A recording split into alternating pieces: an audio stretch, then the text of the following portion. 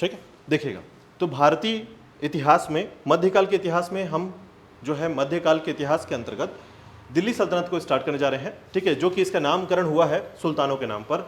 ठीक है, तो दिल्ली के सुल्तान के क्रम को जब हम पढ़ते हैं तो उसे कहा जाता है दिल्ली का सल्तनत काल। ठीक है, जिसका समय है 1200 ईस्वी से 1526 ईस्वी के समय। ठीक है, बहुत ज़्यादा इंपॉर्टेंट के तौर पर आप देखेंगे तो आपको केवल सबसे पहला काम करना है कि इनके वंशजों का नाम याद कर लेना है और किसका क्रम क्या रहा है वो याद कर लेना है। ठीक है, मैंने बताया था इससे पहले भी, कल मैं डिस्कस किया था इसके बारे में, तो आपको बता दूं मैं कि आपको सबसे पहला जो सरल क्वेश्चन जब पूछा जाएगा तो डायरेक्ट यहीं से बाहर से ही पूछा जाता है कि किस राजवंश का स्थिति क्या रहा है। ठीक है, तो यहां पर समझते हैं हम लोग। तो देखिएगा, तराइन का युद्ध जब हुआ 1191 में, तराइन का जब युद्ध हुआ तो पहले तराइन के युद्ध में पृथ्वीराज चौहान जो है ये मोहम्मद गौरी को हरा देते हैं। ठीक है, और उसके बाद जो है तराइन के दूसरे युद्ध में जो मोहम्मद गौरी है ये पृथ्वीराज चौहान को हरा देता है। और इसके कारण, इसके साथ ही भारत में सबसे पहला जो असर होता है, भारत में इस्लामिक सत्ता का स्थापना जो होता है ये मोहम्मद गौरी के द्वारा कर दिया जाता है। लेकिन उसके बाद जो है चंदावर का युद्ध ये सिद्ध कर देता है कि भारत में अब इस्लामिक सत्ता ने पुरजोर स्थापित कर लिया है। ठीक है, यानी चंदावर का युद्ध याद रखिएगा, जयचंद और मोहम्मद गौरी के मध्य युद्ध हुआ। ठीक है, ऐसी स्थिति में याद रखिएगा कि मोहम्मद गौरी जो है वो चाहता था कि अपना जो सत्ता है या अपना जो भारत में जीता हुआ अपना राज्य क्षेत्र है वो किसी और के तहत, ठीक है, यानी कि अपने विश्वसनीय गुलामों के तहत या दासों के तहत या फिर सेना नायकों के तहत जो है ये सत्ता पर स्थापित होगा। तो ऐसी स्थिति में मोहम्मद गौरी ने खुद स्वयं यहाँ पर सत्ता स्थापित न करके अपने सेना नायकों को या दासों को यहाँ का क्षेत्र बांट दिया। ठीक है, जो विश्वसनीय थे उन्हीं को दिया गया था, याद रखिएगा। इसी में से एक व्यक्ति है कुतुबुद्दीन ऐबक। ठीक है, याद रखिएगा, कुतुबुद्दीन ऐबक, जिसे दिल्ली का क्षेत्र दिया गया। और सबसे पहले मोहम्मद गौरी का जब समय रहता है तो मोहम्मद गौरी जो है ये लगातार यहाँ से इन क्षेत्रों से धन लूटकर अपने क्षेत्रों में जाया करता था, लेकिन इस्लामिक सत्ता को स्थापित करने में जो सबसे बड़ा व्यक्ति कहाँ जाता है वो मोहम्मद गौरी का है, याद रखिएगा। ठीक है, यहाँ पर काफ़ी तुर्क जो इस्लामिक लोग थे, ठीक है, शासक थे, उन्होंने आक्रमण किया और आक्रमण करने के बाद धीरे धीरे जो है हिंदू राजाओं को या शासकों को हराते हुए इस क्षेत्र में इस्लामिक सत्ता को स्थापित किया। उसमें मोहम्मद गौरी का नाम सबसे पहले लिया जाता है। ठीक है, याद रहेगा, मोहम्मद गौरी के बारे में आप याद रखेंगे। सबसे पहले अगर आक्रमण की बात की जाती है तो अरब आक्रमण में आपको मोहम्मद बिन कासिम का नाम मिलता है और उसके बाद मोहम्मद गजनवी का नाम मिलता है जो कि तुर्क आक्रमणकारी था, और उसके बाद मोहम्मद गौरी का नाम मिलता है। ठीक है, मोहम्मद गौरी जब अपने दिल्ली के क्षेत्र को जीता हुआ, जो दिल्ली का क्षेत्र था और कन्नौज का जो क्षेत्र है, इन क्षेत्रों को किसको दे दिया? तो याद रखिएगा, दिल्ली का जो सल्तनत क्षेत्र है या दिल्ली का जो क्षेत्र है ये मिला किसको? कुतुबुद्दीन ऐबक को मिला, जो कि मोहम्मद गौरी का दास था। ठीक है, अब आज जो है हम देखेंगे कि दिल्ली सल्तनत का जो स्थिति है वो कैसा रहा है 1200 से 1526 के बीच में। ठीक है, अब उन्हीं के साथ आप थोड़ा सा यहाँ पर इन वंशजों को देखेंगे, जहाँ पर हम बात करेंगे कि दिल्ली सल्तनत में मुख्यतः 5 वंश स्थापित किए गए थे और इन पांच वंशों के समय में दिल्ली भारत के अंतर्गत अगर आप देखेंगे दिल्ली सल्तनत में तो एक बड़ा स्थायित्व क्षेत्र जो है इन्होंने विस्तृत कर लिया था। ठीक है, अब इसके बाद देखिएगा, इसमें सबसे पहले हम ये समझेंगे कि यहाँ पर 5 राजवंश कौन कौन से हैं। ठीक है, तो याद रखिएगा, सबसे पहला राजवंश है गुलाम वंश। ठीक है, गुलाम वंश। ठीक है, तो मामलक वंश भी कहा जाता है, इलवारी वंश कहा जाता है, याद रखिएगा। तो मामलक वंश, गुलाम वंश या दास वंश, याद रखिएगा, 3 शब्द आते हैं यहाँ पर। ठीक है, तो बहुत ज़्यादा जरूरी है कि आप इस बात को याद रखें कि इस समय 3 दासों की कहानी आती है इसमें। ठीक है, कौन कौन से? तो सबसे पहला नाम आता है कुतुबुद्दीन ऐबक, इल्तुतमिश, ठीक है, और गयासुद्दीन बलबन। ठीक है, गयासुद्दीन बलबन, याद रखिएगा, ये 3 नाम आपको याद रखना है। उसके बाद देखिएगा, गुलाम वंश की कहानी आप जब एक पूरे सिरे से पढ़ेंगे तो आपको पता चलेगा कि इसमें 3 राजवंश रहे हैं। ठीक है, यानी 3 वंश रहे हैं। और एक बात याद रखिएगा कि गुलाम वंश के बाद आपको खिलजी वंश, खिलजी वंश के बाद तुगलक वंश और तुगलक वंश के बाद सैयद वंश और उसके बाद लोधी वंश आता है। ठीक है, तो इसका क्रम आपको याद रख लेना है, क्योंकि कभी कभी ये इसका सिर्फ केवल क्रम पूछा जाता है कि किस वंश के बाद कौन सा वंश आया है। ठीक है, उसके बाद पूछा जाता है क्वेश्चन में कि इन राजवंशों में सबसे छोटा राजवंश कौन से वंश का रहा है, सबसे छोटा शासन वंश या शासन काल किस राजवंश का रहा है, और सर्वाधिक शासनकाल किस वंश का रहा है। ठीक है, ऐसे बेसिक क्वेश्चन पूछे जाते हैं, याद रखिएगा, क्योंकि आप यहीं से समझ पाएंगे कि आपको सिर्फ केवल इनका टाइमलाइन देखकर ही समझ जाना है कि कौन सा राजवंश सबसे ज़्यादा समय तक रहा है, कौन सा राजवंश सबसे कम समय तक रहा है, और कौन सा राजवंश जो है भारत की स्थिति में सबसे बड़ा सत्ता स्थापित करने में उसका हाथ रहा है। ठीक है, तो इस तरीके से 3-4 बातों को याद रखिएगा। इसमें देखिएगा, सबसे पहले हम अगर गुलाम वंश की बात करते हैं तो गुलाम वंश को स्थापित करने वाला व्यक्ति का नाम है कुतुबुद्दीन ऐबक। ठीक है, और कुतुबुद्दीन ऐबक जो है, याद रखिएगा, जो कुतुबुद्दीन ऐबक है, ठीक है, इसके संबंध में आपको 2-3 बातें याद रखनी है। पहले क्रम पर हम डिटेल में इसे पढ़ेंगे, लेकिन फिलहाल थोड़ा सा यहाँ पर कोशिश कीजिएगा कि कुछ पॉइंट्स को अभी याद कर लें आप। ठीक है, तो इसने स्थापित किया था क्या? दासवंश या गुलाम वंश को। ठीक है, इसे मामूलक वंश भी कहा जाता है। इसका कारण क्या है? इसका कारण है कि इस वंश में 3 वंश स्थापित हैं, 3 राजवंश है। देखिए कुतुबी, शमसी और बलबन। ठीक है, आगे हम पढ़ेंगे इसी में देखिएगा। तो कुतुबी वंश जो है ये कुतुबुद्दीन ऐबक का समय का था। ठीक है, और ये दास था, याद रखिएगा किसका? मोहम्मद गौरी का। ठीक है, जिसको दिल्ली का क्षेत्र मिला सल्तनत रूप से। ठीक है, और एक बात याद रखिएगा, इसने कभी भी खलीफाओं से सुल्तान की उपाधि धारण नहीं की थी। ठीक है, यानी इसने बिना सुल्तान के, मैंने बताया था आपको कि इससे पहले क्या किया जाता था, आप खलीफाओं से सुल्तान की उपाधि लेनी पड़ती थी, तब जाकर आप राजा बनते थे। ठीक है, शासक बनते थे। लेकिन ये जो व्यक्ति है कुतुबुद्दीन ऐबक, इसने खलीफाओं से किसी प्रकार का, क्योंकि इसका समय लाइन भी आप देखेंगे तो केवल 4 साल का दिखेगा आपको। ठीक है, 4 साल का समय है इसके पास, तो 4 साल के सालों में इसने कभी भी बहुत अच्छा स्थायित्व तो नहीं कवर कर पाया। ठीक है, दूसरी बात याद रखिएगा, ये कभी भी राजधानी मतलब दिल्ली में नहीं लेकर आ पाया था। इसकी राजधानी कहाँ से शासन करता था? ये लाहौर से। याद रखिएगा, इसका कारण क्या है? लाहौर में शासन करने का कारण था कि जितने भी आक्रमण, बाहरी आक्रमण होते थे, वो सभी पाकिस्तान के क्षेत्र से होते थे। ठीक है, यानी पश्चिमोत्तर, भारत का पश्चिमोत्तर क्षेत्र से होता था। तो ये सोचता था कि मैं राजधानी में रुक के वहां पर रुक जाता हूं, कोई इंटर नहीं कर पाएगा और मैं यहां से भारत को संभाल लूंगा। ठीक है, इस तरीके से ये, इसकी राजधानी क्या थी? लाहौर थी, याद रखिएगा। ठीक है, उसके बाद देखिएगा इसका जो पुत्र है आराम शाह। ठीक है, और ये आराम से आता है और आराम से चला जाता है, 1 साल के अंदर ही इसको मार दिया जाता है। ठीक है, इसका कारण समझाता हूं मैं आपको। तो देखिएगा कुतुबुद्दीन ऐबक जो है, ये कुतुबुद्दीन ऐबक जो है ये सबसे पहले शुरुआत करता है। और एक सबसे इंपॉर्टेंट चीज याद रखिएगा, इसकी मृत्यु जो है घोड़े से गिरकर हो जाती है। ठीक है, चौगान आपने सुना होगा, चौगान खेलते हुए, पोलो जानते हैं आप लोग? पोलो।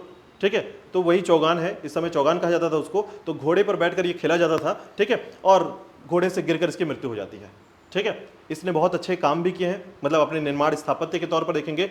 ठीक है, और उसके अलावा याद रखिएगा आराम शाह जब आता है तो आराम शाह के बाद, ठीक है, आराम शाह का समय बहुत छोटा है। ठीक है, और इसके बाद जो है याद रखिएगा इसका दामाद, ठीक है, कौन?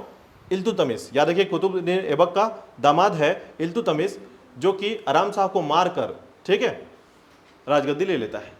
ठीक है, इल्तुतमिश। और उसके बाद जो है रुकनुद्दीन फिरोज शाह। याद रखिएगा रुकनुद्दीन फिरोज शाह जो है इल्तुतमिश के बाद आता है, लेकिन ये बहुत, इसका नाम, इसका साथ आप इसका टाइमलाइन भी देख रहे होंगे कि ये टाइमलाइन में कुछ एक्स्ट्रा टाइमलाइन लिखा नहीं है। ठीक है, कहने का मतलब है रुकनुद्दीन फिरोज शाह जो है, ये इसको कोशिश किया जा रहा था कि ये राजा बन जाए या शासक बन जाए। ठीक है, लेकिन यहाँ पर कौन थी? रजिया सुल्तान। ठीक है, याद रखिएगा रजिया सुल्तान जो है इसे गद्दे से हटाकर बैठ जाती है। ठीक है, कहने का मतलब ओवरऑल है कि पावर इस तरीके से यूज करती है ये रजिया सुल्तान कि रुकनुद्दीन फिरोज शाह जो है अधिक समय तक शासक नहीं बन पाता है और अंततः जो है ये यहाँ से गायब हो जाता है। ठीक है, और इसके बाद देखिएगा कि रजिया सुल्तान आती है। रजिया सुल्तान जो है पहली शासिका है, भारत के अंदर शासन करने वाली पहली शासिका के तौर पर रजिया सुल्तान का नाम याद रखिएगा। ठीक है, और इसकी जो प्रॉब्लम है, मतलब यहाँ पर रजिया सुल्तान का जो समय रहा है, इस समय में जो है ये एक शासक के तौर पर विकसित होती है, लेकिन यहाँ के जो लोग हैं वो पसंद नहीं करते थे इसको। क्यों? क्योंकि ये कहते थे कि महिला के सामने हम झुक नहीं सकते हैं। ठीक है, और ऐसी स्थिति में रजिया सुल्तान को न चाहते हुए भी यहाँ पर पद जो है किसी न किसी तरीके से, देखिए रजिया सुल्तान को हालांकि उसकी हत्या कर दी गई थी, लेकिन यहाँ पर ये छोटी सी कहानी मैं आपको डिटेल पे बताऊंगा जब हम गुलाम वंश को स्टार्ट करेंगे तब। ठीक है, लेकिन फिलहाल यहाँ पर याद रखिएगा कि रजिया सुल्तान जो है ये भारत की पहली शासिका के तौर पर जानी जाती है यहाँ पर गुलाम वंश के तहत। ठीक है, उसके बाद देखिएगा मुइजुद्दीन बहराम शाह। ठीक है, और उसके बाद देखिएगा बहराम शाह के बाद देखिएगा इसके बाद अलाउद्दीन मसूद शाह और नासिरुद्दीन महमूद। ठीक है, ये ऐसे राजवंश है, राजवंश के साथ जुड़े हुए हैं जिनके बारे में आपको ज़्यादा नहीं पढ़ना होता है, केवल आप याद रखेंगे कि इनका 4-4 साल, 2-2 साल का समय इनके साथ चलता रहा है। ठीक है, लेकिन इसमें इनके समय में अब धीरे धीरे जो है सत्ता बहुत कमजोर हो जाती है। ठीक है, और सत्ता के कमजोर होने के कारण गयासुद्दीन बलबन ने, याद रखिएगा, नसरुद्दीन मोहम्मद को मारकर सत्ता स्थापित कर दिया। और जबकि ये कौन है? याद रखिएगा इसकी पुत्री का पति नासिरुद्दीन महमूद, ठीक है, अपने दामाद को मारकर सत्ता हासिल कर लेता है गयासुद्दीन बलबन। ठीक है, याद रखिएगा। और बलबन कौन है? बलबन जो है इल्तुतमिश का दास है, याद रखिएगा। ठीक है, तो 3 दास का नाम याद रखिएगा, एक पहला कुतुबुद्दीन ऐबक, दूसरा दास इल्तुतमिश, ठीक है, और तीसरा है आपका गयासुद्दीन बलबन, जो कि स्थापित करता है बलबन, ठीक है, राजवंश को। ठीक है, 3 राजवंश यहाँ पर याद रखिएगा, पहला आपका कुतुबी, दूसरा शमसी, तीसरा बलबनी। ठीक है, बलबन। ठीक है, याद रखिएगा। इसके बाद देखिएगा गयासुद्दीन बलबन जो है यहाँ पर शासन करना स्टार्ट करता है, लेकिन इसके जाने के बाद इसके जो उत्तराधिकारी हुए हैं ये मजबूत नहीं थे, और मजबूत नहीं थे मतलब शासन जो है मजबूत तरीके से नहीं कर पाए, और अंततः जो है ट्यूमर्स की हत्या करके यहाँ पर एक नया राजवंश स्थापित हो जाता है जिसे हम कहते हैं खिलजी वंश। ठीक है, तो खिलजी वंश के लिए याद रखिएगा यहाँ पर जो खिलजी वंश है ये क्यूमर्स को मारकर, याद रखिएगा, जलालुद्दीन फिरोज शाह खिलजी जो है, ठीक है, इसने सत्ता स्थापित किया खिलजी वंश का। और खिलजी वंश में आपको एक बात याद रखना है कि सबसे ज्यादा उम्र दराज जो शासक रहा है उसका नाम है फिरोज खिलजी, ठीक है, सर्वाधिक उम्र का शासक है ये, याद रखिएगा। छोटे छोटे फैक्ट यहीं पर आपको याद रखने हैं ताकि आप आंसर जब डिटेल में पढ़ेंगे तो वहां पर आपको पूरी तरीके से डिटेल याद आ जाएगा, ठीक है।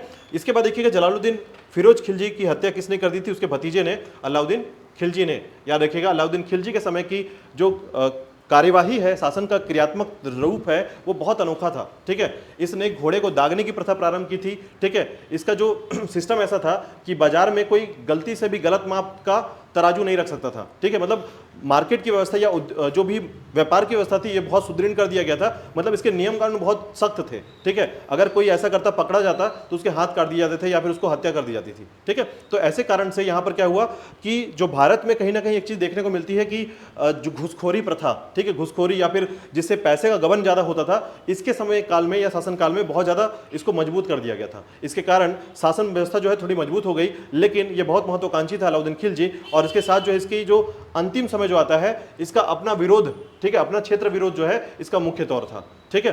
अब इसके बाद देखिए, सिहाबुद्दीन उमर, कुतुबुद्दीन मुबारक शाह खिलजी और नसरुद्दीन खुसरो खां, ये सभी जो लोग हैं, ठीक है, ये सभी जो लोग हैं, इसके बाद कमजोर शासन व्यवस्था के कारण इसमें आपको सिर्फ खिलजी राजवंश में आपको एक जो कि अलाउद्दीन खिलजी का नाम याद रखना है, ये सबसे महत्वपूर्ण शासक रहेगा इस खिलजी वंश में, ठीक है। इसके बाद देखिएगा, इसके बाद इस क्रम पर मोहम्मद बिन तुगलक का समय आता है, ठीक है। यानी कि हम यहां पर एक तुगलक वंश की बात करेंगे। तो याद रखिएगा, तुगलक वंश में, ठीक है, सबसे इंपॉर्टेंट जो है, ठीक है, तुगलक वंश में गयासुद्दीन तुगलक शाह पहला शासक रहा है। तुगलक वंश को स्थापना किया इसने। और इसके बाद मोहम्मद बिन तुगलक एक ऐसा व्यक्ति था जो सबसे ज्यादा शिक्षित था, याद रखिएगा। यानी पूरे दिल्ली सल्तनत में सर्वाधिक शिक्षित शासक के तौर पर किसे जाना जाता है? मोहम्मद बिन तुगलक को जाना जाता है। लेकिन याद रखिएगा, सबसे ज्यादा बेवकूफ भी यही था, ठीक है। यानी अगर पूछा जाए कि सर्वाधिक बेवकूफ़ी किस शासक के द्वारा की जाती थी, तो मोहम्मद बिन तुगलक के द्वारा की जाती थी, ठीक है। जैसे क्या बेवकूफ़ी? तो अपने मन से क्या करता था ये, सिक्के बदल देता था, ठीक है, सिक्कों का तरीका बदल देता था। घर में लोग सिक्के बनाने लग गए थे, इसके कारण घर में ही सिक्के बनाते थे, और जो इसके चांदी के सिक्के थे वो घर में रख लेते थे, और जो तांबे के सिक्के होते थे बाहर निकाल देते थे, ऐसा करते थे। यानी घर पे सिक्के बनने लग गए थे। ये कुछ इस तरह के समझिए कि यदि आपको ये बता दिया जाए कि आप फोटोकॉपी मशीन से नोट बनेगा तो आप घर घर में नोट बनाना चालू कर देंगे, ठीक है, और मार्केट से सामान खरीद लेंगे। तो ऐसी स्थिति आ गई थी कि मोहम्मद बिन तुगलक का जो कुछ नियम कानून था वो इस पूरे दिल्ली सल्तनत में ये बताया जाता है कि सबसे बेवकूफ़ी भरा काम था ये, ठीक है। इतिहासकारों के अनुसार अगर स्थायित्व, अगर शासक के द्वारा ऐसे कोई गलती की जाती, जैसे दिल्ली को ट्रांसफर कर दिया था, दिल्ली राजधानी थी और वो देवगिरी ट्रांसफर कर दिया था, ठीक है। तो इसके कुछ ऐसे कारण हैं जो कि राजधानी को स्थानांतरित कर देना, जो कि अपने आप में एक गलत डिसीजन है, ठीक है। इसके बाद देखिएगा, इसमें जब नुसरत शाह का समय आता है, ठीक है, नसरुद्दीन मोहम्मद शाह और नुसरत शाह का समय आता है, याद रखिएगा। तो इनके समय में, ठीक है, खासकर नसरुद्दीन मोहम्मद शाह के समय जो है, यहाँ पर मंगोलों का आक्रमण होता है, ठीक है, तैमूर लंग जिसका नाम सुना होगा आपने, ठीक है। और इसके समय आक्रमण होता है, और अंततः जो है इसके बाद जिस क्षेत्र को उसके द्वारा जीता गया था, ठीक है, उस क्षेत्र में याद रखिएगा सैयद वंश का उसका सेनानायक था, ठीक है, सैयद वंश का, जिसमें खिज्र खां उसका नाम था, ठीक है। और ये अपना सत्ता स्थापित कर देता है, याद रखिएगा। और इसके बाद जो है मुबारक शाह, हालांकि इस पूरे क्रम पर इनका कहना था, किसका?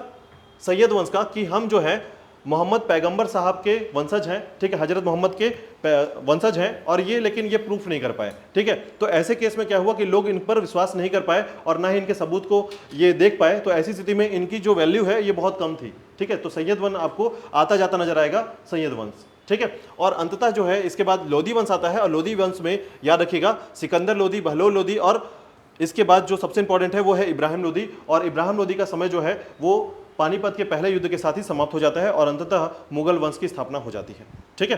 तो एक क्रम पर अब देखिए 5 टॉपिक इसके क्वेश्चंस बन के आते हैं। पहला है कि अफगान शासक कौन है इसमें से, ठीक है। तो याद रखिएगा अफगान शासक कौन है इसमें से, तो लोधी वंश किस प्रकार के शासक हैं? अफगान शासक हैं, ठीक है। दूसरी बात याद रखिएगा यहाँ पर कि इस्लामिक जो इस्लाम धर्म है उसको अलग अलग कालों में बांटा गया था, अलग अलग जातियों से बांटा गया था। तो तुर्क इस्लाम, ठीक है, और अफगान इस्लाम, ये 2 कैटेगरी थे इसमें, ठीक है। तो याद रखिएगा ये 3 जो हैं, ठीक है, ये 3 जो हैं कौन कौन से? ये 3, ये थे आपके तुर्क इस्लाम, ठीक है, और ये थे आपके अफगान इस्लाम, ठीक है, ये आपका तैमूर लंका सेनानायक, ये अलग ही है।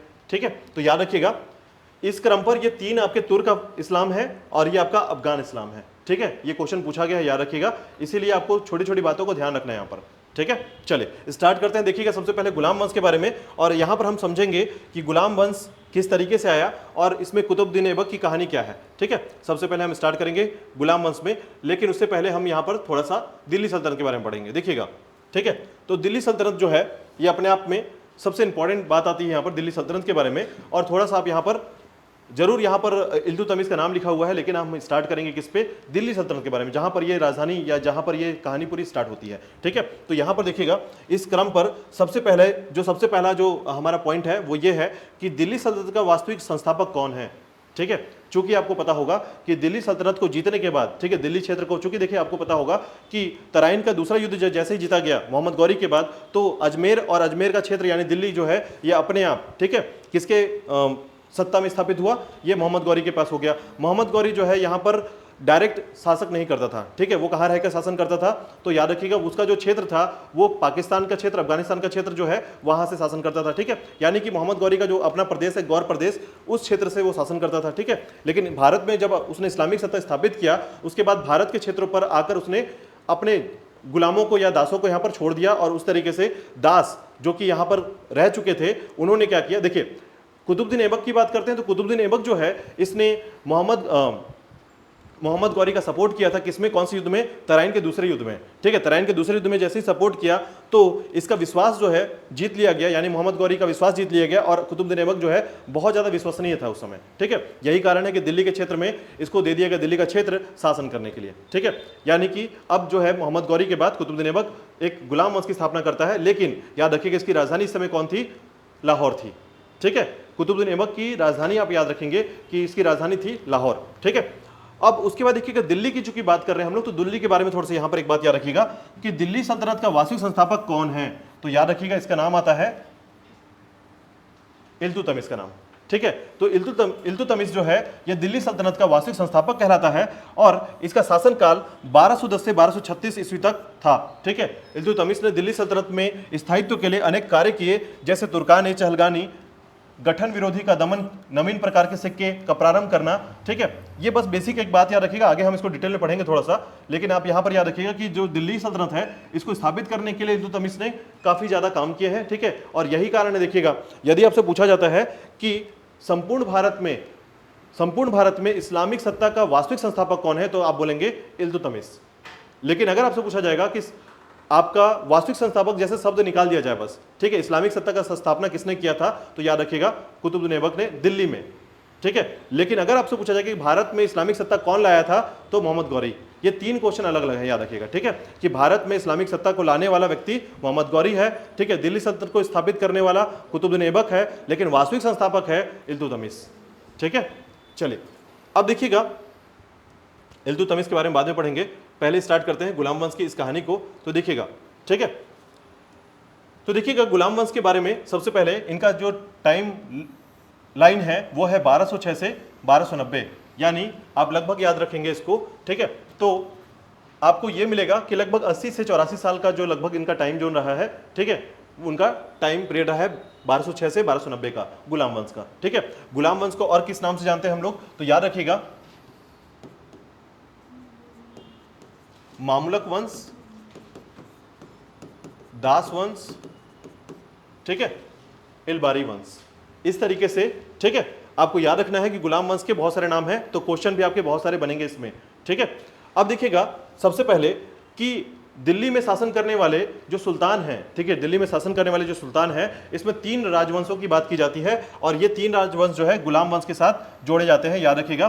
तो याद रखिए कौन कौन से राजवंश है इसमें, एक है आपका कुतुबी राजवंश या कुतुबी वंश, उसके बाद है आपका शमसी वंश, और तीसरा है आपका बलबनी वंश या बलबन वंश। ये 3 राजवंश को याद रखिएगा, ये गुलाम वंश के अंतर्गत आते हैं। इन सभी को 3 अलग अलग राजवंशों में बांटा गया था, क्योंकि तीनों गुलाम जो है अपने अपने राजवंश की स्थापना करते हैं यहाँ पर। ठीक है, तो देखिएगा दिल्ली के पर शासन करने वाले सुल्तान 3 अलग अलग वंशों के शासक थे।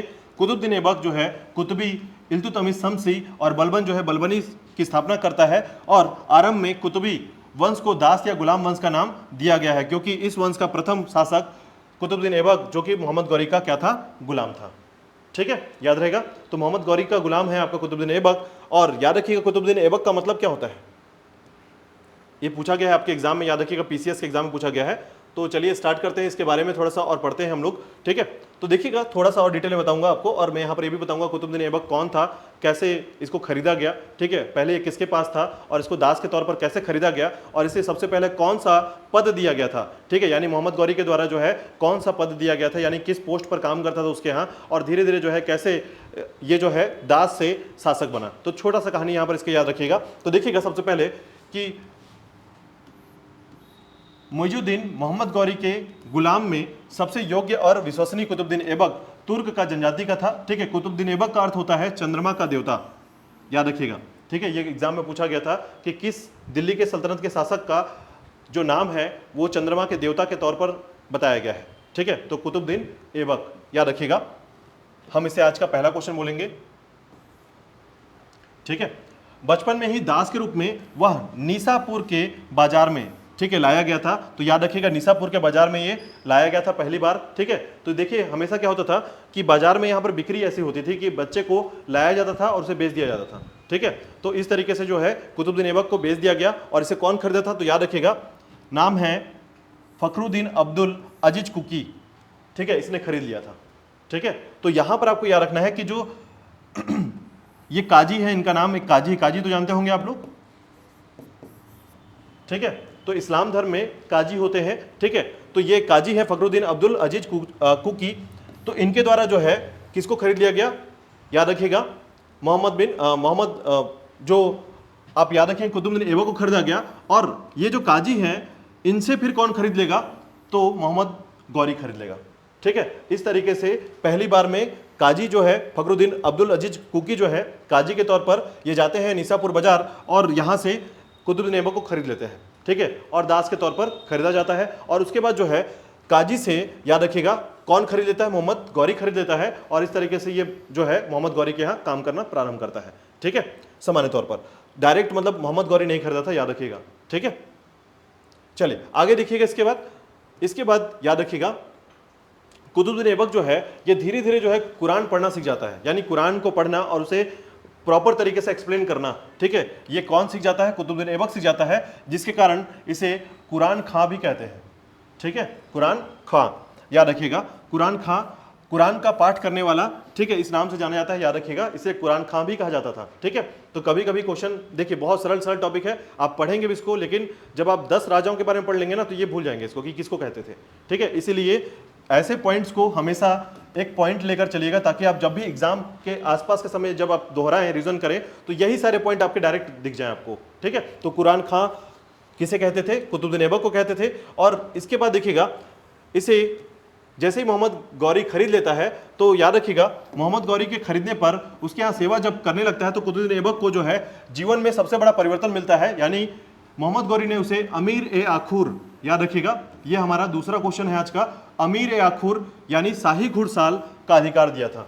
ठीक है, तो घोड़े का जो शाही घोड़े होते हैं उनकी देखरेख का काम दिया था। ये बहुत इंपॉर्टेंट होता है, याद रखिएगा। मतलब ये अपने आप में अमीर ए आखुर किसे कहते हैं, जो शाही घोड़े को देखभाल करता है। ठीक है, क्यों, क्योंकि देखिए अगर घोड़ा है तो शासक है, घोड़ा नहीं है तो शासक भी नहीं बचेगा। क्यों, अगर मान लीजिए घोड़े को कुछ हो गया, कुछ ऐसा चीज खिला दिया जो आधे घंटे में मरने वाला घोड़ा, और युद्ध पे चला गया है शासक लेके, ठीक है, तो ऐसी स्थिति में ऐसे विश्वसनीय व्यक्ति को यहाँ पर घोड़े का देखभाल करने के रखा जाता था। इसलिए ये बहुत इंपॉर्टेंट पोस्ट था, याद रखिएगा, अमीर ए आखुर। ठीक है,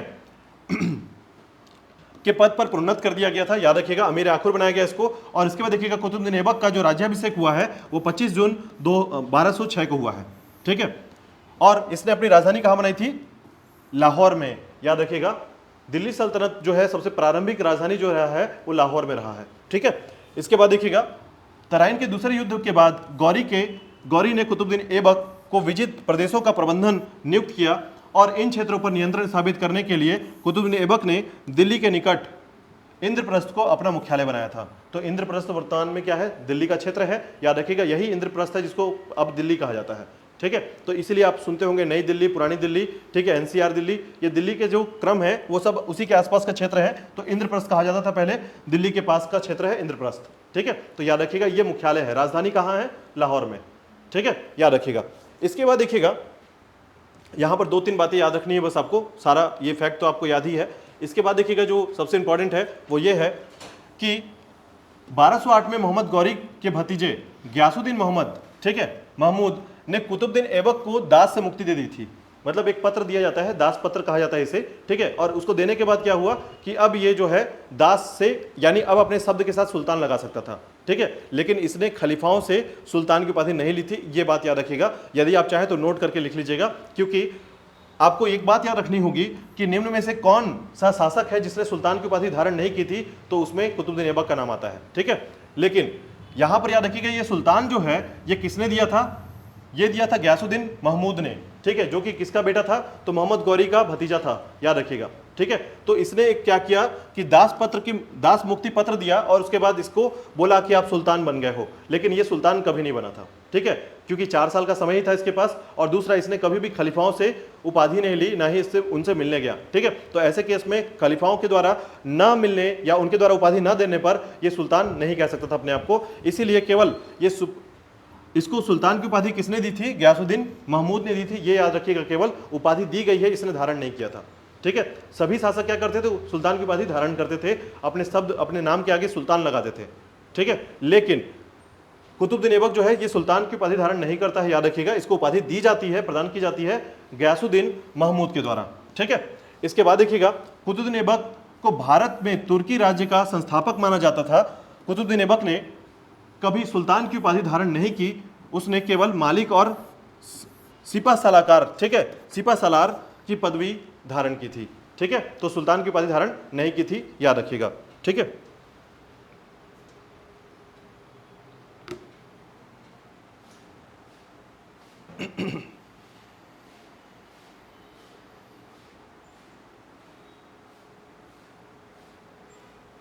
ठीक है, तो यहां तक बातें याद रखिएगा। इसके बाद देखिएगा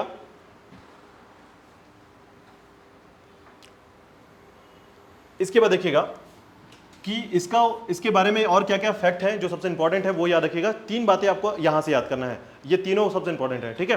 पहला क्या है, अपनी दानशीलता के कारण, ठीक है, मतलब बहुत ज्यादा दानी था ये, तो इसे लाख बख्श कहा जाता है, यानी लाखों का दान करने वाला कहा जाता है, ठीक है। तो आज का तीसरा क्वेश्चन याद रखिएगा, लाखों का दान करने के लिए इसको क्या कहा गया है, लाख बख्श कहा गया है, ठीक है। इसका नाम है लाख बख्श, इसको उपाधि दी गई है लाख बख्श, इसका मतलब है लाखों का दान करने वाला, ठीक है।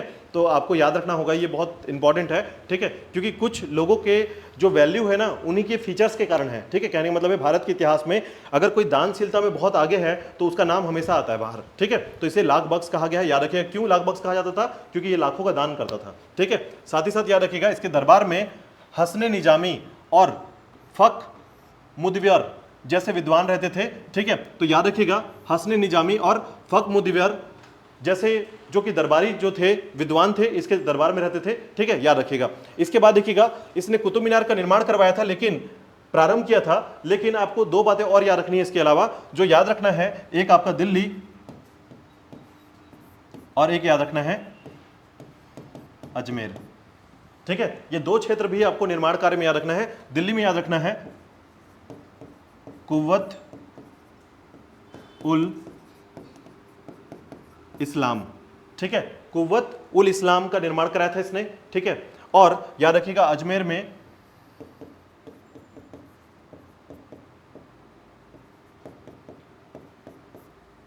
ढाई दिन का झोपड़ा, ठीक है। तो याद रखिए 2.5 दिन की झोपड़ी जो है ये, इसका नाम बहुत फेमस है, याद रखिएगा। ये जो है एक दरगाह है, याद रखिएगा एक तरीके से, ठीक है।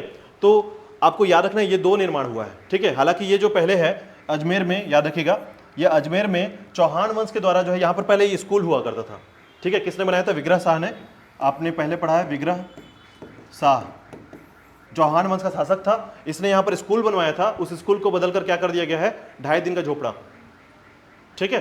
तो ये जो है दरगाह के तौर पर इसको डेवलप किया गया था, ठीक है। कभी कभी पूछा जाता है क्वेश्चन कि अजमेर में 2.5 दिन के झोपड़े को किसने बनवाया है, तो कुतुबुद्दीन ऐबक ने बनवाया है, जो कि पहले स्कूल हुआ करता था, ठीक है, शिक्षा क्षेत्र हुआ करता था, याद रखिएगा, ठीक है। इसके अलावा याद रखिएगा ढाई दिन का झोपड़ा, ठीक है, और लाख बख्श, ये तीन जो सबसे इंपॉर्टेंट चीज है वो याद रखिएगा।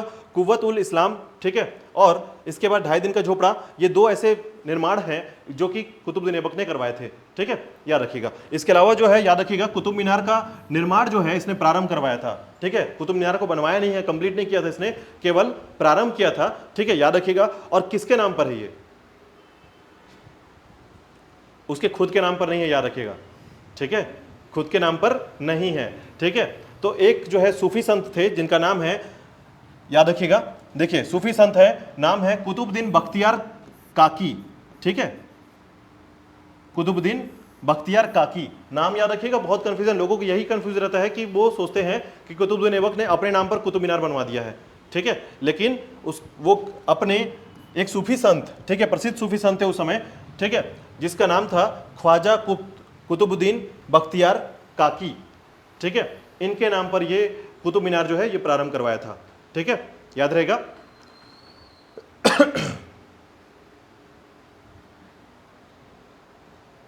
आगे चलिए तो देखिएगा ये तीन फैक्ट याद रखिएगा। पहला, कुतुब मीनार को प्रारंभ करना किसके नाम पर? कुतुबुद्दीन बख्तियार काकी के नाम पर।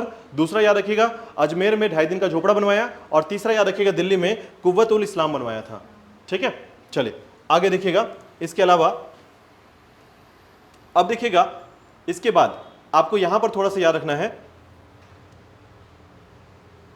चलिए यहां पर थोड़ा सा देखिएगा, मैं थोड़ा सा यहां पर पॉइंट कर देता हूं, देखिएगा।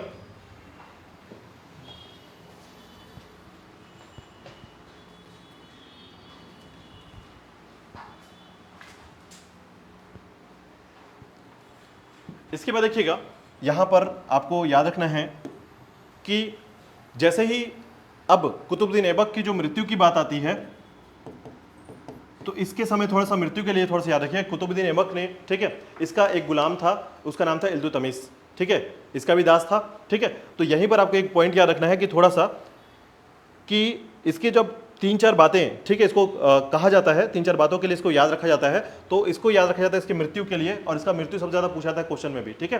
तो याद रखिएगा क्या खेलते हुए इसका मृत्यु हुई थी, तो याद रखिएगा चौगान खेलते हुए, आप इसको कह सकते हैं पोलो, ठीक है। और कैसे हुई थी? घोड़े से गिरकर। याद रखिएगा कुतुबुद्दीन ऐबक की मृत्यु जो है ये घोड़े से गिरकर हुई थी, पोलो खेलते समय हुई थी, ठीक है, बहुत इंपॉर्टेंट है, याद रखिएगा। इसके संबंध में तीन चार क्वेश्चन जो आपके सामने बनते हैं वो यही है, और ये चौथा क्वेश्चन के तौर पर आप इसको याद रखेंगे इस पे, यानी कुतुबुद्दीन ऐबक से चार क्वेश्चन याद रखिएगा, ठीक है। पहला क्वेश्चन क्या रहेगा? तो पहला क्वेश्चन याद रखिएगा उसका नाम किस नाम पर रखा गया है, ठीक है। उसके बाद दूसरा क्वेश्चन याद रखिएगा उसका कि उसे लाख बख्श कहा जाता है, उसका नामकरण ये भी लाख बख्श कहा जाता है। तीसरा याद रखिएगा कि उसके पास उसने क्या क्या स्थापत्य करवाया है, ठीक है, यानी आप कुव्वत उल इस्लाम याद रखिएगा, ठीक है, ढाई दिन का झोपड़ा याद रखिएगा, और कुतुब मीनार के कार्य को प्रारंभ कराया था, निर्माण के कार्य को प्रारंभ कराया था, ठीक है। उसके बाद चौथा क्वेश्चन याद रखिएगा इसकी मृत्यु कैसे हुई थी, तो घोड़े से गिरकर इसकी मृत्यु हो गई थी। कभी कभी पूछा था दिल्ली सल्तनत के किस शासक की मृत्यु घोड़े से गिरकर हो गई थी, याद रखिएगा कुतुबुद्दीन ऐबक की हो गई थी, ठीक है, याद रहेगा कुतुबुद्दीन ऐबक के बारे में। चलिए आगे देखिएगा इसके बाद। अब उसके बाद देखिएगा इसके बाद जो है उसका पुत्र है, ठीक है, यानी कुतुबुद्दीन ऐबक के बारे में एक बात याद रखिएगा, ठीक है, कि इसका पुत्र जो है आराम शाह, ठीक है, इसके बाद उसका दूसरा जो पुत्र है वो आता है, तो इसकी अकस्मात मृत्यु हो जाती है। क्यों? क्योंकि अब घोड़े से गिर के मरा है। अगर तबीयत खराब होती तो पता होता कि हाँ मृत्यु हो सकती है, लेकिन अचानक से मृत्यु हो जाती है, घोड़े से गिर जाता है, तो इसको बोलते हैं आकस्मिक मृत्यु हो जाना, ठीक है, एक्सीडेंट हो जाना। तो एक्सीडेंटली जब इसकी मृत्यु हो जाती है तो अचानक से क्या होता है, आराम शाह अपने आप को राजगद्दी में बैठा लेता है और बोलता है कि मैं अब शासक हूँ, ठीक है। लेकिन इल्तुतमिश को ये बात पता चल जाती है। अब उसके बाद क्या होता है कि इल्तुतमिश तुरंत दौड़ कर आता है और दोनों के मध्य जो है युद्ध होता है, लड़ाई होती है, और इल्तुतमिश जो है किसको मार देता है? आराम शाह को मार देता है, उसकी हत्या कर देता है, ठीक है। इतनी छोटी सी कहानी में आराम शाह आराम से चला जाता है, ठीक है। तो याद रखिएगा इसको, ठीक है। तो देखिए कुतुबुद्दीन ऐबक की आकस्मिक मृत्यु के बाद उसके उत्तराधिकारी के चुनाव की समस्या को तुर्की सरदारों ने आराम शाह को लाहौर का 1210 में सुल्तान घोषित कर दिया था, ठीक है। तो ये शासक बन गया, ठीक है। और आराम शाह एक अक्षम तथा अयोग्य व्यक्ति था, तो अयोग्य व्यक्ति था तो चूंकि हारा भी इसीलिए है, ठीक है। और इसके बाद अनेक तुर्क सरदारों ने इसका विरोध भी किया था, ठीक है। तो जैसे देखिए यहाँ पर कि समस्या को हल करते हुए तुर्क सरदारों ने बैठाया भी और उसका विरोध भी किया, ठीक है। तो इल्तुतमिश को तो फायदा होगा यहाँ पर, ठीक है। और इल्तुतमिश यहाँ पर पहुंच जाता है और दोनों के मध्य जो है आराम शाह और इसके मध्य क्या होता है, युद्ध होता है। लेकिन यहाँ पर एक बात याद रखिएगा इल्तुतमिश के बारे में, थोड़ा सा बीच की जो बातें हैं उसको याद रखिएगा। आराम शाह के समय जो है दिल्ली के तुर्क सरदारों ने बदायूं के गवर्नर इल्तुतमिश को दिल्ली आने का निमंत्रण भेज दिया, ठीक है। बोला आ जाओ, अब चूंकि ससुर जी की मृत्यु हो गई है, ठीक है। तो इल्तुतमिश क्या है, दामाद है, याद रखिएगा, ठीक है। और इल्तुतमिश जो है शीघ्र ही दिल्ली पहुंचा। आराम शाह भी उसके दिल्ली आगमन की सूचना पाकर दिल्ली तक आ पहुंचा, परंतु इल्तुतमिश ने उसे पराजित कर दिया और हत्या कर दी और स्वयं सुल्तान बन गया, ठीक है। तो आराम शाह का समय बस इतने ही तरीके से याद रखिएगा कि आराम शाह को किसने मार दिया था, इल्तुतमिश ने मार दिया था। और इल्तुतमिश कौन था, तो याद रखिएगा पहला उसका दास भी था और दामाद भी था, ठीक है। किसका, कुतुबुद्दीन ऐबक का, ठीक है, याद रहेगा। चलिए अब देखिएगा इस तरीके से शमसी वंश जो है यहाँ पर प्रारंभ होता है और समय होता है इल्तुतमिश का, ठीक है, याद रखिएगा। तो देखिए कुतुबुद्दीन ऐबक, उसके आराम शाह से क्वेश्चन नहीं आता, याद रखिएगा। आराम शाह को आराम से जाने दीजिए, ठीक है, यहाँ से क्वेश्चन नहीं होते हैं, ठीक है। यहाँ से क्वेश्चन होते हैं आपके इल्तुतमिश से। देखिए यहाँ पर ना इस पूरे गुलाम वंश में 3-4 टॉपिक को अच्छे से पढ़िएगा। कुतुबुद्दीन ऐबक को पढ़ लीजिए, ठीक है, उसके बाद इल्तुतमिश को पढ़िएगा, रजिया सुल्तान को पढ़िएगा और गयासुद्दीन बलबन को पढ़िएगा, ठीक है। ये 4 नाम पढ़ लीजिए और उनके टॉपिक को पढ़ लीजिए। यकीनन है यहाँ से अगर क्वेश्चन में आता है तो आपसे बन जाएगा, ठीक है। चलिए देखिएगा कुतुबुद्दीन ऐबक की मृत्यु के पश्चात उसका दामाद इल्तुतमिश दिल्ली की गद्दी पर बैठता है और इस तरीके से शमसी वंश की स्थापना होती है, ठीक है, जिसके कारण नए वंश के नाम को हम शमसी वंश कहते हैं, ठीक है। भारत में तुर्की शासन का वास्तविक संस्थापक किसे कहा गया है, इल्तुतमिश को कहा गया है। तो ये क्वेश्चन आपका 5वां क्वेश्चन है इस टॉपिक में से, ठीक है, कि इल्तुतमिश को भारत वंश का तुर्क संस्थापक के तौर पर या तुर्क इस्लामी संस्थापक के तौर पर वास्तविक संस्थापक माना जाता है, ठीक है। जब हम केवल संस्थापक की बात करेंगे तो किसका नाम आएगा, कुतुबुद्दीन ऐबक का, ठीक है। वास्तविक संस्थापक की बात करेंगे तो इल्तुतमिश का नाम आएगा, ठीक है, याद रखिएगा। इसके बाद देखिएगा इल्तुतमिश के बारे में और थोड़ी बातें हम यहां पर करेंगे। तो देखिएगा मुस्लिम प्रभुत्व का वास्तविक प्रारंभ इल्तुतमिश को तुर्कों का भारत विजय को स्थायित्व प्रदान करने वाला श्रेय दिया जाता है। उसकी गद्दी नशीनी यानी राज्याभिषेक, ठीक है, के समय अलीम मर्दान खान ने स्वयं को बंगाल और कभार का स्वतंत्र शासक घोषित कर दिया था, ठीक है। इस तरीके से बंगाल और कभार का जो क्षेत्र है वो स्वतंत्र हो गया था, किससे, दिल्ली के क्षेत्र से, ठीक है। ये दूसरी ओर कुतुबुद्दीन ऐबक ने के साथी गुलाम कुबाचा ने स्वयं को मुल्तान का स्वतंत्र शासक घोषित कर दिया था। तो याद रखिएगा कुतुबुद्दीन ऐबक का साथी था गुलाम कुबाचा, ठीक है। इसके बारे में थोड़ा सा याद रखिएगा, ये नाम याद रखना है आपको, ठीक है। तो देखिए कुतुबुद्दीन ऐबक का साथी भी था गुलाम कुबाचा, ठीक है, और उसने बोला कि मैं मुल्तान का, अब चूंकि होता क्या है, कुतुबुद्दीन ऐबक की मृत्यु जैसे होती है तो ये चूंकि कुतुबुद्दीन ऐबक के बारे में सब जानते थे कि ये जो है शासक है और इस शासक के तौर पर सभी तरफ की जो पकड़ थी इसकी बहुत मजबूत थी। लेकिन आराम शाह जैसे आता है और आराम शाह को इल्तुतमिश मार देता है तो उसके बाद थोड़ा सा समय क्या होता है, ढीला पड़ जाता है। भारत के इस मध्य क्षेत्र का जो हिस्सा है वो ढीला पड़ता है। तो बंगाल का क्षेत्र जो है यहाँ पर देखिएगा, बंगाल का जो क्षेत्र है और कभार का जो क्षेत्र है यहाँ पर अलीम मर्दान खान ने इसको बोला कि ये मेरा क्षेत्र अब स्वतंत्र हो गया है, ठीक है। उसी प्रकार जो है आपका गुलाम कुबाचा ने क्या किया, आपका मुल्तान का क्षेत्र को घोषित कर लिया यानी स्वतंत्र कर लिया है, ठीक है। आगे जाकर फिर इनके सेवा में आएंगे ये धीरे से, ठीक है। लेकिन अभी अपने आप को स्वतंत्र किए हैं, मतलब सोचते हैं कि ये मजबूत शासक है, ठीक है। क्योंकि देखिए जब भी कोई फ्रेशर आता है उसके सामने जो सीनियर होता है वो कुछ ना कुछ दिखाता है अपने आप को। ये सीनियर लोग थे जिन्होंने बोला कि अब हम सीनियर हैं तो हम अलग से शासन करेंगे, ठीक है। अब इल्तुतमिश की कहानी को पूरा समझेंगे यहाँ पर, देखिएगा। अब देखिएगा लाहौर और पंजाब के कुछ क्षेत्रों पर अधिकार भी कर लिया था, ठीक है। तो गुलाम कुबाचा जो है लाहौर, और चूंकि लाहौर का क्षेत्र किसके पास था, कुतुबुद्दीन ऐबक के पास था। कुतुबुद्दीन ऐबक की मृत्यु हो गई है, ठीक है। तो लोग कहां पहुंच गए, दिल्ली पहुंच गए। और दिल्ली में इल्तुतमिश ने अपनी स्थापना जो है यानी अपना सुल्तानी या पदवी जो है धारण करेगा दिल्ली में, ठीक है। यानी अगर आपसे पूछा जाए कि राजधानी को दिल्ली किसने सबसे पहले बनाया था तो याद रखिएगा इल्तुतमिश ने बनाया था, ठीक है। अब देखिएगा यहां से इल्तुतमिश को गुलामों का गुलाम कहा जाता है, ठीक है। क्योंकि मोहम्मद गौरी का गुलाम कौन था, कुतुबुद्दीन ऐबक था, उसका गुलाम हो गया इल्तुतमिश। तो ये क्या कहलाया, गुलामों का गुलाम, ठीक है, याद रखिएगा। क्योंकि मोहम्मद गौरी के कुतुबुद्दीन ऐबक, ठीक है, जो गुलाम था उसको खरीदा था और ऐबक को प्रारंभ से ही इसे सर ए जहां अंगरक्षकों का प्रधान कहा गया, ठीक है। और कुतुबुद्दीन ऐबक ने अपनी पुत्री का विवाह इल्तुतमिश से कर दिया था। तो बाय डिफॉल्ट ये क्या बना, दामाद बना था, ठीक है, याद रखिएगा। चलिए इल्तुतमिश के बारे में और 3-4 फैक्ट यहां पर याद रखेंगे। सबसे पहले देखिएगा, अपने शासन को आरंभिक वर्षों में इल्तुतमिश की दृष्टि उत्तर पश्चिम पर टिकी हुई थी।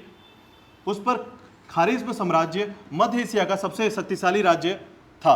उसकी पूर्वी सीमा सिंधु नदी तक विस्तृत थी। यानी कि ये देखिएगा कि यहाँ पर जो है इल्तुतमिश जो है ये चाहता था कि जो उत्तर पश्चिम का क्षेत्र है, ठीक है, यानी मुल्तान वाला उत्तर का जो क्षेत्र है, उस क्षेत्र में जो मध्य एशिया का सबसे बड़ा जो खारिज्म साम्राज्य था, उस पर उसकी नज़र थी कि कहीं ना कहीं भारत का क्षेत्र इस क्षेत्र में जोड़ लिया जाए, ठीक है। और यही कारण है कि धीरे धीरे जो है भारत का विस्तार जो है, क्षेत्रों का विस्तार होता है, और यही कारण है कि इल्तुतमिश को वास्तविक संस्थापक के तौर पर जाना जाता है, ठीक है।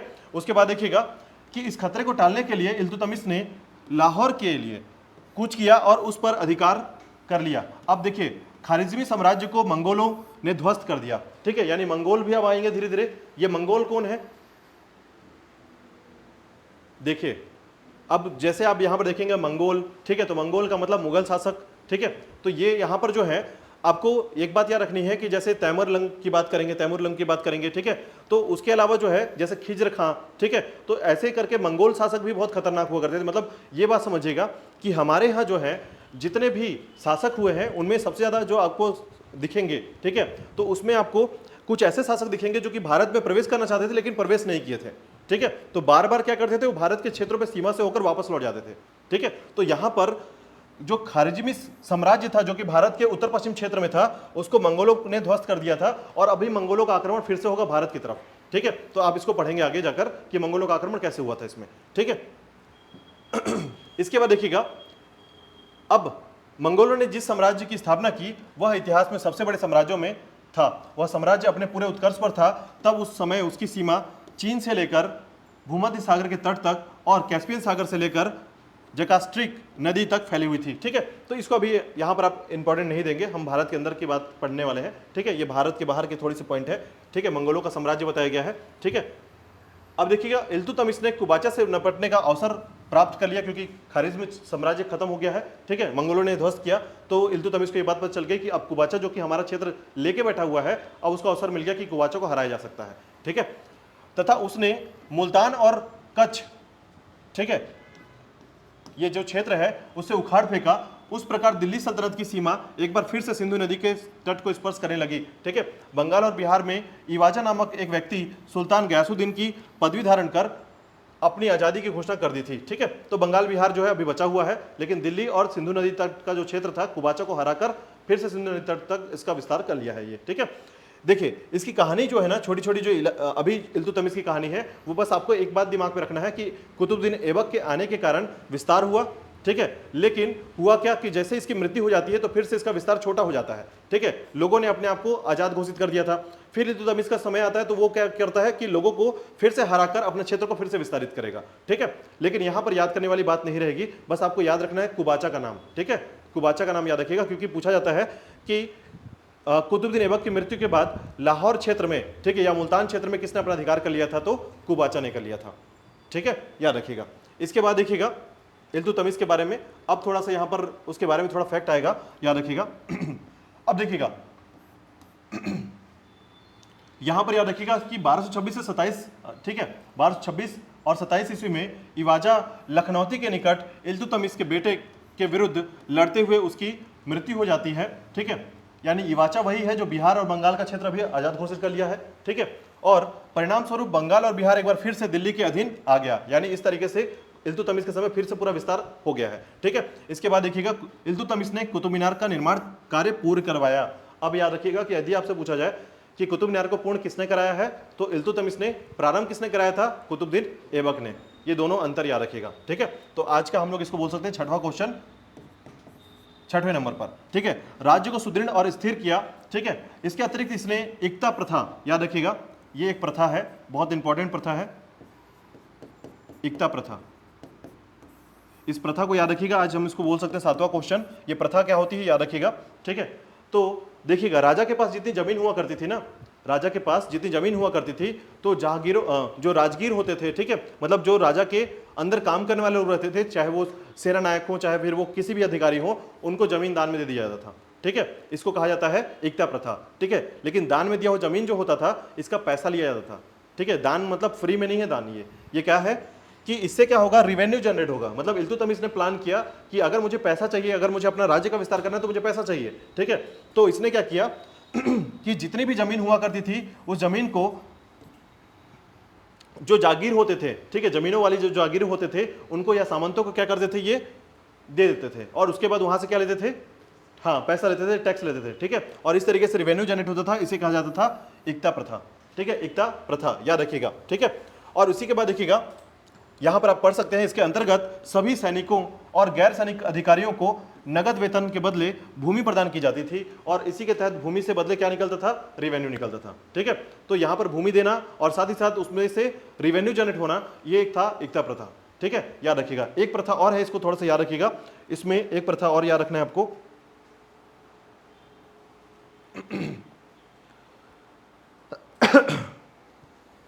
इक्ता प्रथा याद रखिएगा, ठीक है। और इसके बाद है तुर्कान ए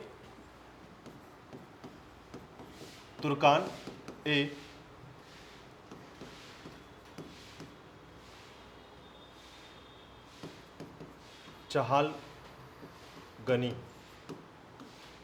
तुर्कान ए चहालगनी, ठीक है। ये क्या होता था समझिएगा, तो तुर्कान ए चहालगनी जिसे कहते हैं हम लोग, ये था 40 लोग का एक ग्रुप, ठीक है।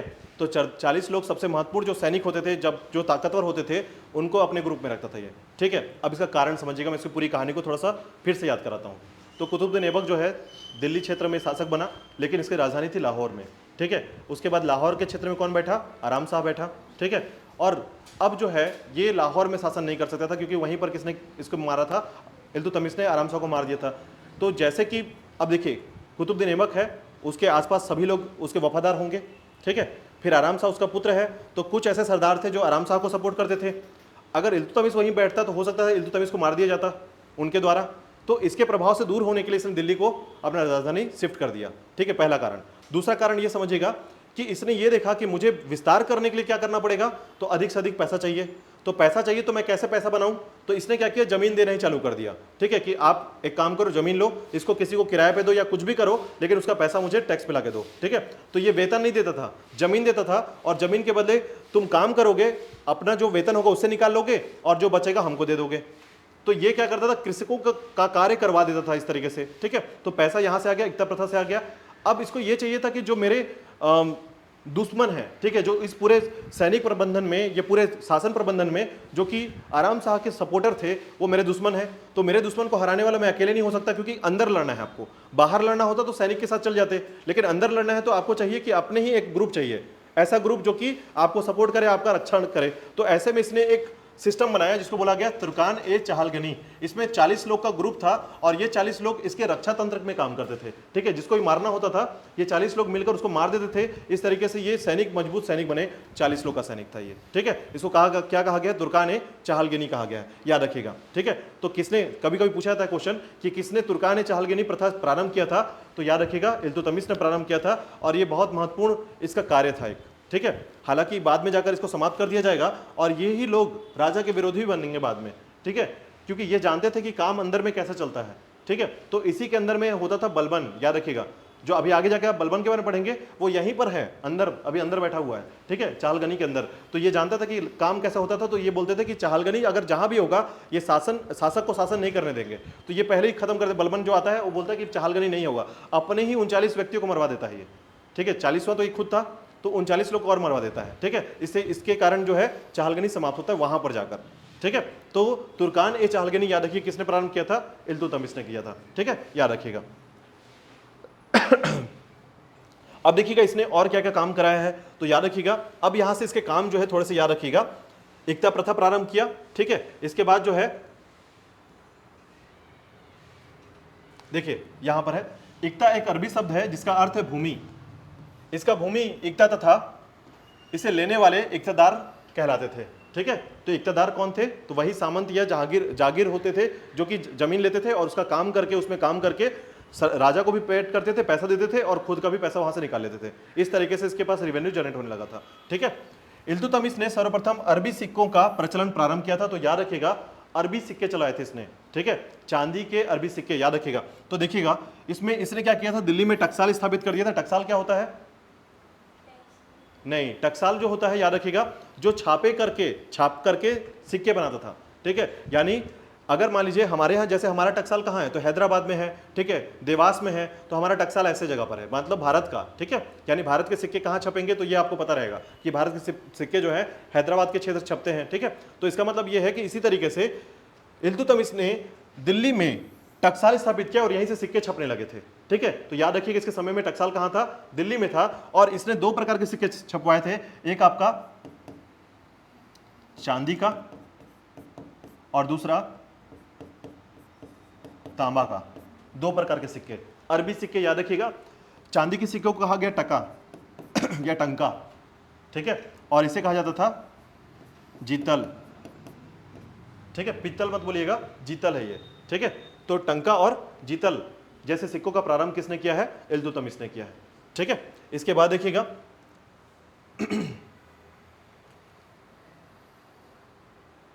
अब देखिएगा टंकों पर, टंका मतलब समझ में आ गया होगा आपको, मैंने बताया टंका किसे कहा गया है, चांदी के सिक्के। तो टंकों पर टकसाल का नाम लिखने की परंपरा भारत में प्रचलित करने वाला जो इल्तुतमिश है, इसी का कहा जाता है, ठीक है। यानी इल्तुतमिश को ही सिक्कों पर नाम लिखने की जो परंपरा प्रारंभ की गई है, वो इल्तुतमिश ने प्रारंभ की थी, ठीक है। इसके बाद देखिएगा उसने बगदाद के खलीफा अल मुंतसिर बिल्लाह से मान्यता प्राप्त की और ऐसा करने वाला पहला मुस्लिम शासक बना, और क्या बन गया, सुल्तान सलमान खान, ठीक है। तो याद रखिएगा सुल्तान बनने वाला व्यक्ति पहला जो है, क्योंकि इससे पहले कुतुबुद्दीन ऐबक रहा और वो अपने आप को सुल्तान नहीं बोलता था, ठीक है, और इसने खलीफाओं से भी इजाजत नहीं ली थी। तो ऐसे केस में सबसे पहली बार खलीफाओं से इजाजत लेने वाले भारत के अंदर वो था इल्तुतमिश, ठीक है। और ये आपको याद रखना है 8वां क्वेश्चन के तौर पर, आज का 8वां क्वेश्चन, ठीक है। तो ये 8 क्वेश्चन जैसे जैसे फोकस कर रहे हैं उसको 8 क्वेश्चन को अलग से याद रख लीजिएगा।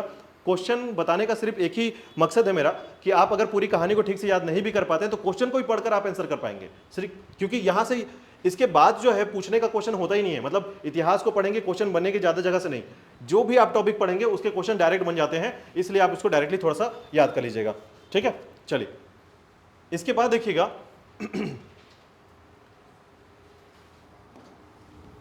उसने 40 योग्य तुर्क सरदारों के एक दल, यानी चालीसा जिसे कहा गया है, चहलगानी का गठन किया। यह अभी मैंने आपको बताया। इल्तुतमिश की सफलताओं में अपना महत्वपूर्ण योगदान दिया इन्होंने, ठीक है। इल्तुतमिश एक न्यायप्रिय शासक था। इब्न बतूता, ठीक है, के अनुसार उसने अपने महल के सामने संगमरमर की 2 शेरों की मूर्तियां स्थापित कराई थी, जिसके गले में घंटियां लटकी हुई थी। तब जिनको बजाकर कोई भी व्यक्ति न्याय मांगता था, ठीक है, तो याद रखिएगा मांग सकता था, और रणथंभौर को जीतने वाला प्रथम शासक इल्तुतमिश था, ठीक है। तो आज का 9वां क्वेश्चन याद रखिएगा कि ये 2 शेरों की मूर्तियां और न्यायप्रिय होने का जो जानकारी मिलता है वो 9वें क्वेश्चन के तौर पर जानेंगे आप। और याद रखिएगा रणथंभौर को जीतने वाला पहला शासक कौन था, तो 10वां क्वेश्चन यहां पर याद रखिएगा, ठीक है। रणथंभौर को जीतने वाला पहला शासक, और न्याय देने के लिए इसने क्या किया था, संगमरमर के 2 शेर बनवाए थे और उसके गले में घंटी बांधी थी, ठीक है। आगे जाकर और भी ऐसे शासक मिलेंगे जो न्याय देने के लिए काम करते हैं, बस तरीका अलग रहेगा, ठीक है। चलिए आगे देखिएगा। इसके बाद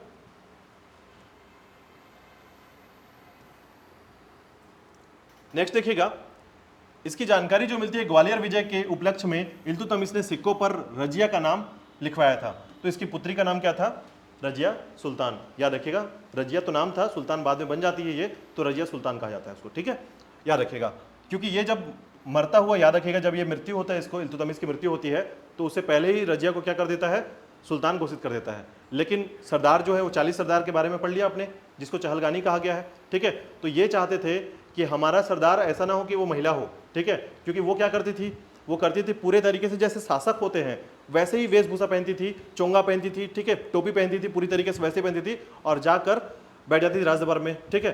तो वहाँ पर चूंकि इस्लामिक प्रथा है पूरी तरीके से, और इस्लामिक प्रथा के अनुसार जो है महिलाओं को किस तरीके से वेशभूषा में रहना चाहिए, किस तरीके से अपनी प्रथाओं का निवारण करना चाहिए, वो सारी चीज़ें मानी किया जाता था। यानी पुरुष कभी भी ये नहीं मान सकता था कि कोई महिला हमसे ऊपर हो, ठीक है। और ऐसी स्थिति में काफ़ी लोग इसके दुश्मन बनना चालू हो गए थे, ठीक है। और लगातार जो है रजिया सुल्तान भी अपना अच्छा काम कर रही थी, ऐसा नहीं है कि वो बहुत खराब काम कर रही थी, लेकिन उसके प्रेम संबंध के कारण जो है अब ये चीज़ें बदलने लग गई, ठीक है। यानी उसका प्रेम संबंध हुआ, ठीक है, और प्रेम संबंध के कारण जो है रजिया सुल्तान को की हत्या कर दी गई। बाद में इस कहानी को सुनेंगे इसके आगे, ठीक है। चलिए तो देखिएगा, यहाँ तक बातें क्लियर हो गई कि इल्तुतमिश ने मोहम्मद गौरी की स्मृति में मदरसा ए मुइजी और अपने पुत्र की स्मृति में नसीरी मदरसा बनवाया था। ठीक है, तो 2 मदरसाएं बनवाए थे इन्होंने। ठीक है, कौन कौन सा? तो देखिए, मोहम्मद गौरी के स्मृति में मदरसा ए मुइजी और पुत्र की स्मृति में नसीरी मदरसा। ठीक है, मदरसा की कहानी तो आप बहुत सारा रटेंगे, इसलिए मैं यहाँ पर ये क्वेश्चन के तौर पर नहीं बताऊंगा इसको। ठीक है, क्योंकि बहुत सारे मदरसाएं जो बनती हैं। अब देखिएगा, इल्तुतमिश को भारत में गुंबद निर्माण का पिता कहा जाता है। ठीक है, यानी पहले जो है जो भी चीजें बनती थी वो ऐसे बनती थी।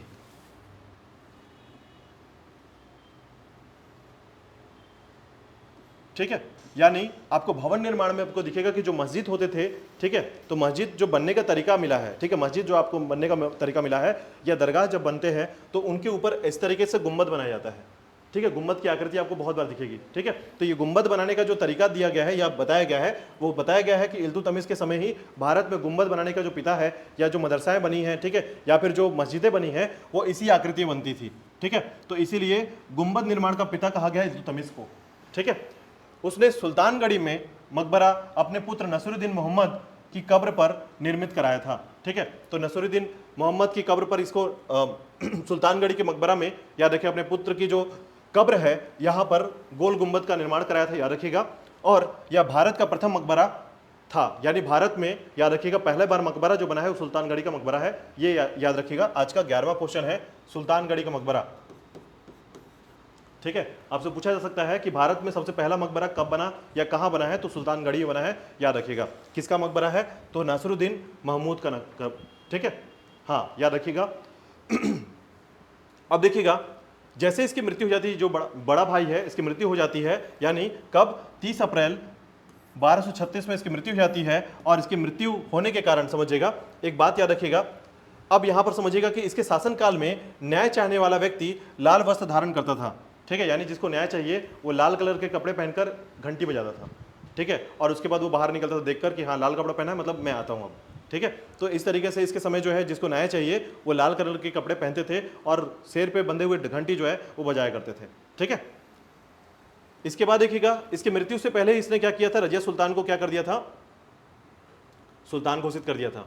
ठीक है, लेकिन चूंकि महिला थी वो, तो काफ़ी जो सरदार थे, 40 सरदार को तो याद रखिएगा ना, 40 सरदार ही हैं जो सब कुछ बदलेंगे अभी। ठीक है, तो इन 40 सरदारों के द्वारा जो है ये देखा गया कि महिला को सुल्तान बनाने से पहले हम एक काम करते हैं, चूंकि इनका बेटा छोटा बेटा है, उसका याद रखिएगा रुकनुद्दीन फिरोज शाह।